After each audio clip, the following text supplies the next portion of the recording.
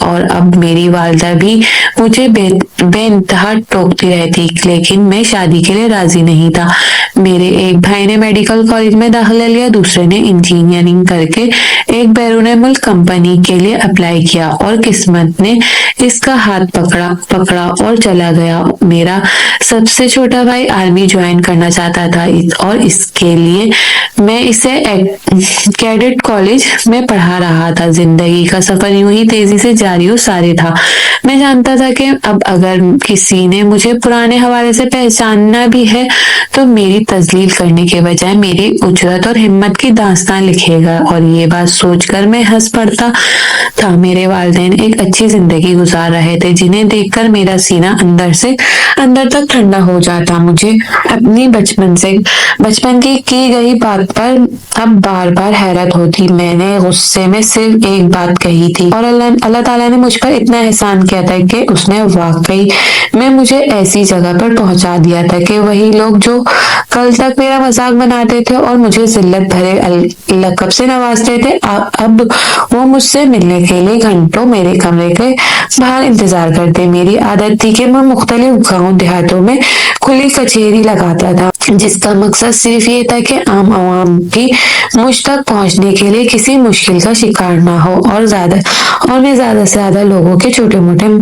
مسئلے حل کر کے دعائیں کما سکوں۔ اسی طرح ایک روز میں ایک گاؤں میں کھلی کچہری لگائے بیٹھا تھا کہ وہاں پر ایک بزرگ کانپتے کانپتے میرے سامنے آ گئے۔ ان کے بیٹوں نے ان کا مکان پر قبضہ کر کے انہیں گھر سے نکال دیا تھا۔ میں ان کی شکل کو غور سے دیکھنے لگا۔ مجھے لگتا تھا کہ جیسے میں نے انہیں کہیں دیکھا ہے، اور جب میں نے ان کی درخواست پر ان کا نام دیکھا تو ایک دم میرے ذہن میں اپنے کالج کے پرنسپل کا چہرہ سامنے آ گیا۔ وقت جب بدلتا ہے تو کیسے کیسے لوگ مجبور اور لاچار ہو جاتے ہیں، یہ سوچ کر میری آنکھوں میں نمی آ گئی۔ میرے پرنسپل خاور حیات کے ساتھ ایک لڑکی بھی تھی جس نے پورے وجود کو چادر سے چھپا رکھا تھا اور صرف اس کی آنکھیں نظر آ رہی تھی۔ وہ ان کی سب سے چھوٹی بیٹی تھی، سمینہ حیات، جسے بھائیوں نے باپ کے ساتھ ہی گھر سے باہر نکال دیا تھا۔ میں نے اپنے لوگوں سے کہا کہ جلد از جلد ان بزرگ کی درخواست پر ایکشن لیا جائے اور ان کے بیٹوں سے ان کا گھر فوراً واپس دلوایا جائے، اور بعد میں بھی اگر وہ انہیں پریشان کرے تو انہیں اچھی طرح سے سمجھا بجھا دیا جائے۔ میں جانتا تھا میری ٹیم میرے اشاروں کو بھی سمجھتی ہے۔ میں نے اس وقت اپنے پرنسپل خاور حیات کو شرمندہ کرنا مناسب نہیں سمجھا، کیونکہ وہ جو میرے استاد رہ چکے تھے۔ میں نے انہیں حوصلہ دیا اور کہا کہ وہ فی الحال میری ٹیم کے ساتھ گھر جائیں اور میرے جوان ان کے بیٹوں کو اچھی طرح سے سمجھا دیں گے۔ اگر بعد میں کوئی مسئلہ کریں گے تو ہم لوگ انہیں دیکھ لیں گے۔ اور یہ سن کر رونے لگے اور ہاتھ جوڑ کر میرا شکریہ ادا کرنے لگے۔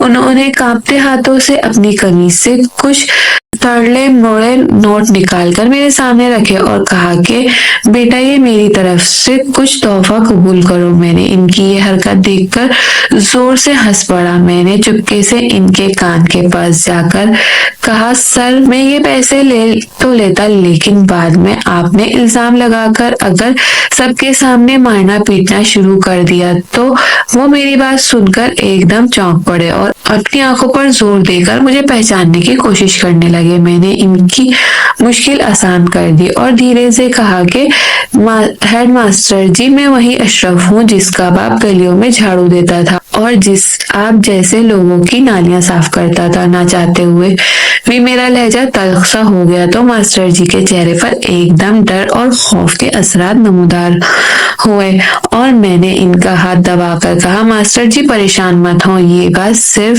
ہم دونوں کو ہی معلوم ہے کہ ہم لوگ ماضی میں ایک دوسرے کو جانتے تھے۔ میں جانتا تھا کہ انہیں ضرور یہ خوف ستا رہا ہوگا کہیں میں برسوں کا پرانا بدلہ ان سے نہ لے لوں۔ پھر ان کی بیٹی انہیں لے کر واپس چلی گئی۔ میں نے اپنی ٹیم کے لوگوں کو خاص طور پر ہدایت کی تھی کہ ان بزرگ کا خاص خیال رکھا جائے، کیونکہ یہ تدریس کے شعبے سے وابستہ رہے ہیں اور معاشرے میں ایک استاد کی عزت سب سے اہم ہوتی ہے۔